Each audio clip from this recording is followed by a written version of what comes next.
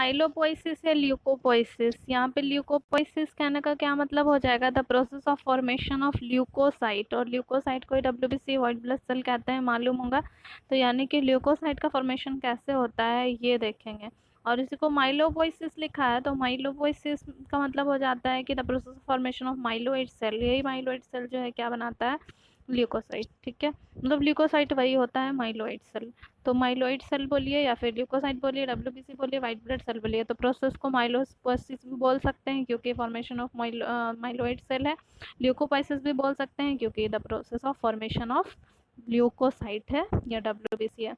तो होता कैसे है माइलोपोइसिस, सबसे पहले तो फॉर्मेशन वही लिखा है कि this is the process of formation of myeloid cell, और it is restricted to bone marrow after birth. Birth के बाद ये कहाँ पे रिस्ट्रिक्टेड हो जाता है, बोन मैरो, यानी कि बोन मैरो में ही होता है फॉर्मेशन डब्ल्यूबीसी का यानी ल्यूकोसाइट का। और ये the committed progenitor cell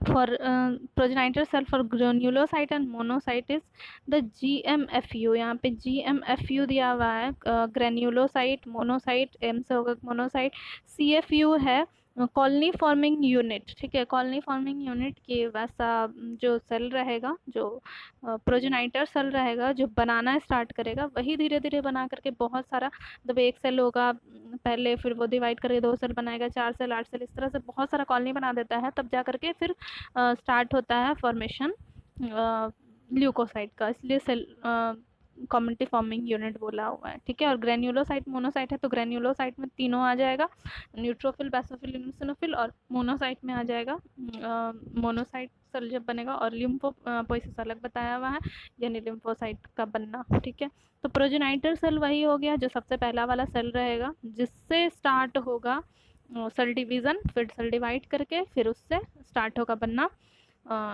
leucocyte यानी डब्ल्यूबीसी। तो कैसे बनता है, तो एक एक करके एक एक स्टेजेस में बनता है। इस तरह से स्टेजेस बताया होगा कि पहले होगा माइलोब्लास्ट, फिर होगा प्रोमाइलोसाइट, फिर माइलोसाइट, इस तरह फॉर्मेशन होता है। मतलब पहला सेल जो बनेगा डब्ल्यूबीसी के फॉर्मेशन में, सबसे पहले जो इमेच्योर होगा पहला सेल, वो क्या कहलाता है, माइलोब्लास्ट कहलाता है। ठीक है, फिर यही जो है थोड़ा और डेवलप करेगा, फिर प्रोमाइलोसाइट बनेगा, फिर और डेवलप करेगा और डेवलप करेगा, फाइनली जाकर के ल्यूकोसाइट बना देगा। तो सबसे पहला सेल जो बनता है, फर्स्ट स्टेज जो होता है सेल का, वो माइलोब्लास्ट होता है। इसका कुछ कैरेक्टर्स लिखा हुआ है कि माइलोब्लास्ट का साइज जो है वो 10 से 18 माइक्रोमीटर होता है साइज में, और साइटोप्लाज्म जो होता है इसका स्कैंट होता है, बेसोफिलिक होता है। स्कैंट कहने का मतलब कम अमाउंट में पाना, बहुत ज़्यादा एनफ नहीं होना।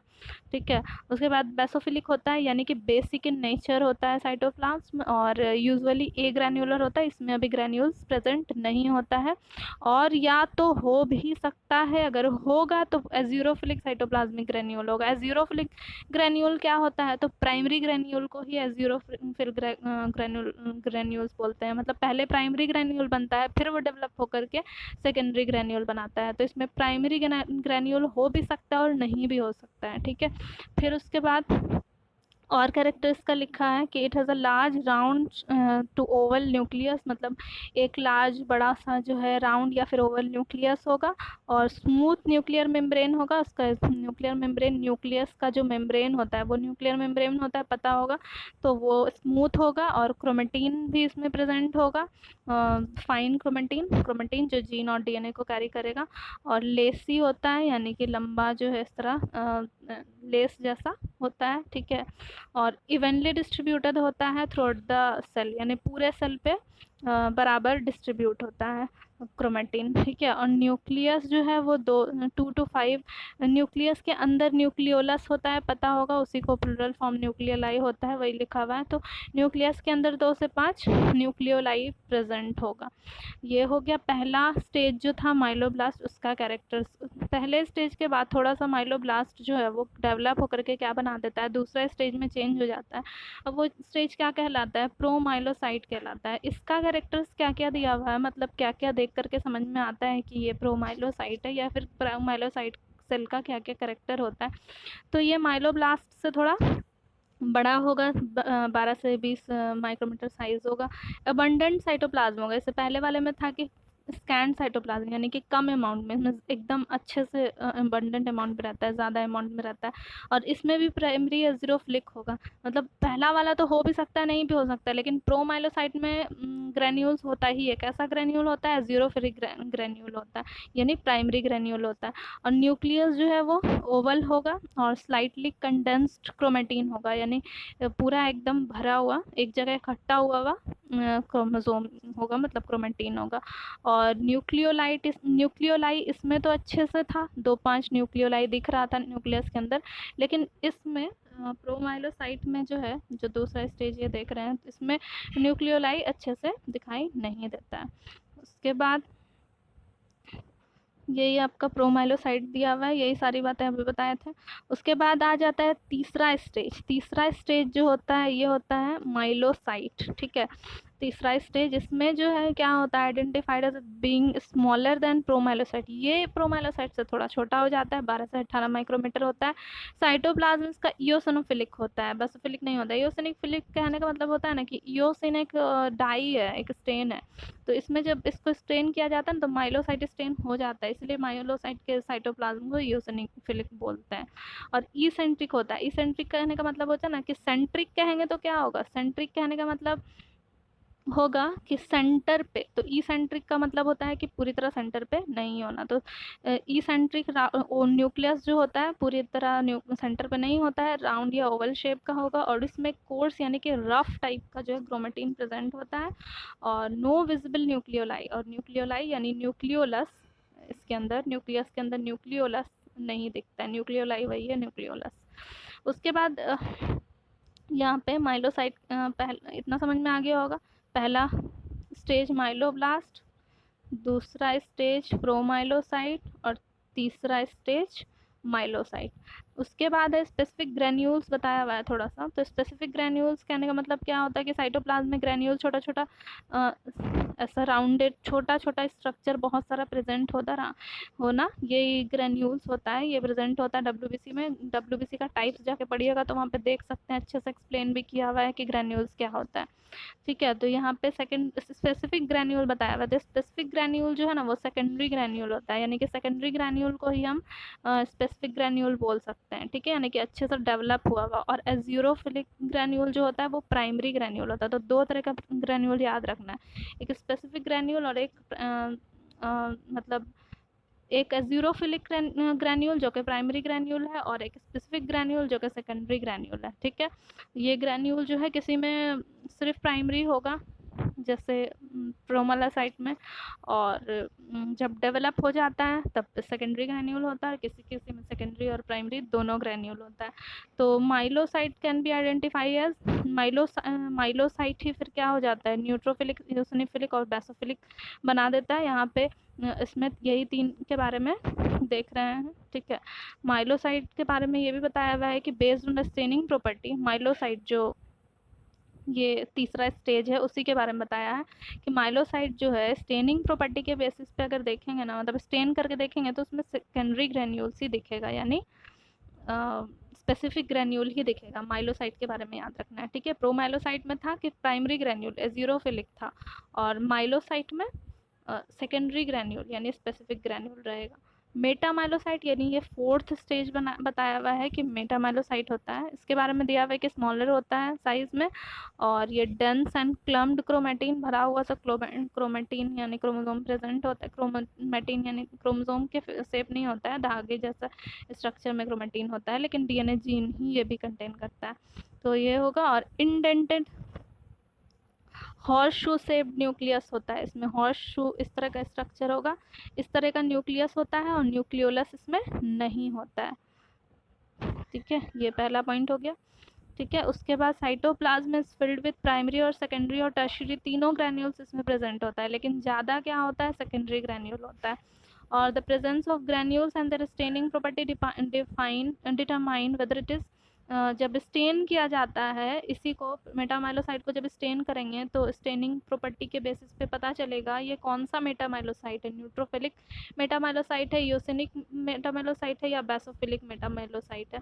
मतलब यहाँ तक आने के बाद, मतलब पहला स्टेज था माइलोब्लास्ट, प्रोमाइलोब्लास्ट और माइलोसाइट, यहाँ तक तो एक ही रहता है, लेकिन मेटामाइलोसाइट जब बन जाता है ना, तो मेटामाइलोसाइट बनने के बाद सेल डिवीज़न बंद हो जाता है। अब सेल डिवाइड नहीं करेगा, अब सेल जो है डिफ्रेंशिएट करेगा, मतलब उन्हीं सेल में से कुछ सेल न्यूट्रोफिल बन जाएगा, यूसिनोफिल बन जाएगा और कुछ बेसोफिल बन जाएगा।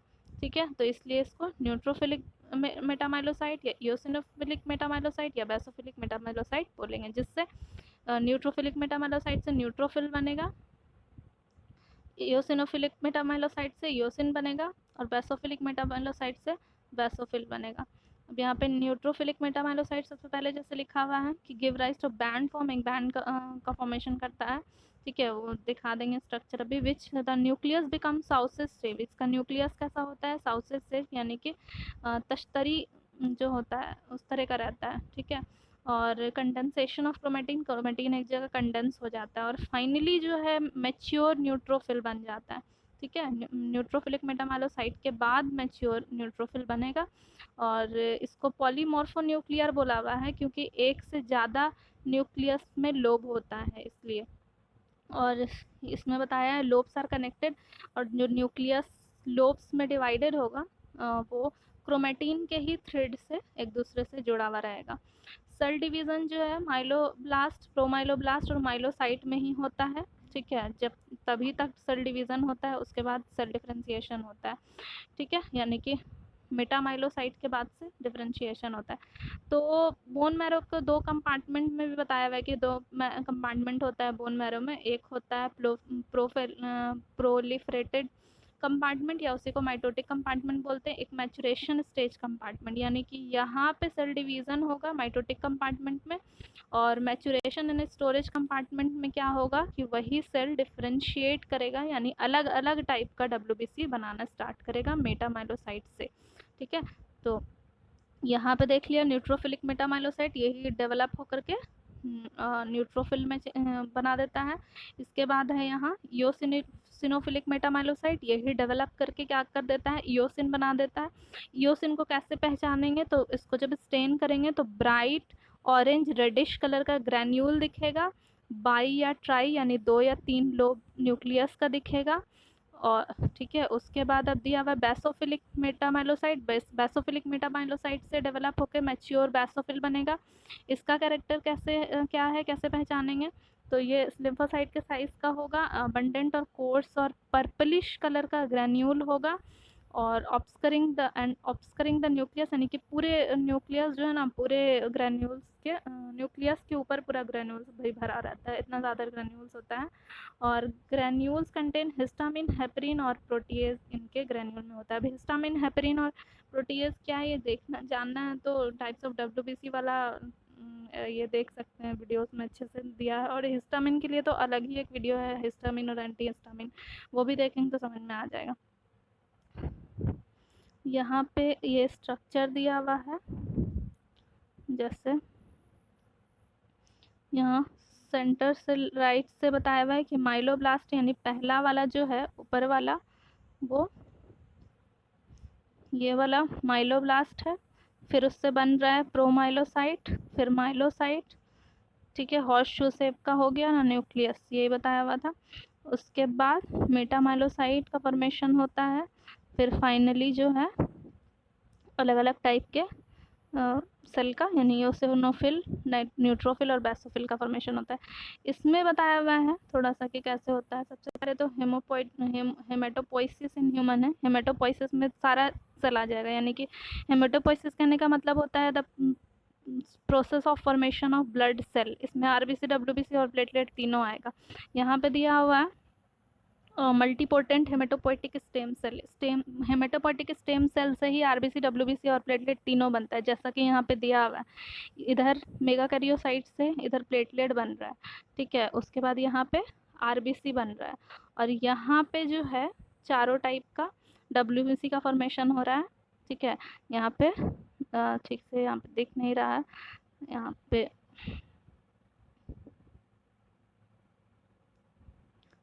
बताया हुआ है प्रोमाइलोसाइट, ये माइलोब्लास्ट है। प्रोमाइलोसाइट इसका ईओसिनोफिल, न्यूट्रोफिल, ईओसिनोफिल मोनोब्लास्ट तीनों का है, ठीक है। बेसोफिलिक माइलोब्लास्ट है, सॉरी माइलोसाइट है, न्यूट्रोफिलिक माइलोसाइट, योसिनोफिलिक ये माइलोसाइट, फिर बन जाता है बेसोफिल मेटामाइलोसाइट, न्यूट्रोफिल का मेटामाइलोसाइट, योसिनोफिल का मेटामाइलोसाइट, और फिर फाइनली जो बैंड का फॉर्मेशन होता है और फिर जाकर के मैच्योर जो है योसिनोफिल, बेसोफिल और क्या बना देता है, ईओसिनोफिल, न्यूट्रोफिल और बेसोफिल।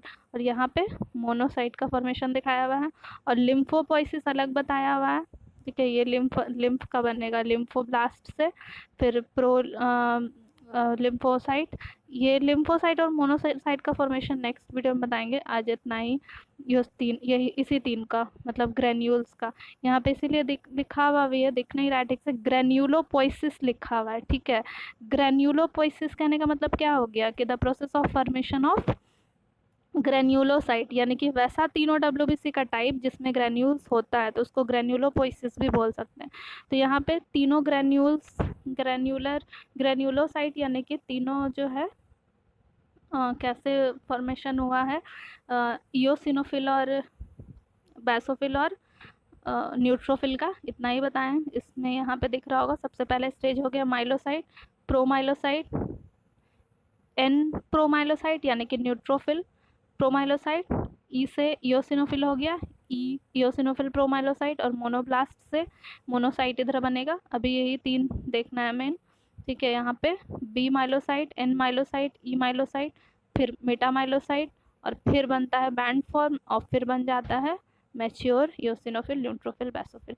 तो आज इन्हीं तीनों का फॉर्मेशन, नेक्स्ट डे मोनोसाइट और लिम्फोसाइट का फॉर्मेशन बताएंगे। कहीं पे कोई प्रॉब्लम होगा तो कमेंट करके पूछ सकते हैं। वीडियो अच्छा लगा तो भी लाइक और कमेंट कर दीजिएगा, और चैनल सब्सक्राइब नहीं किया है तो प्लीज़ चैनल सब्सक्राइब कर दीजिएगा।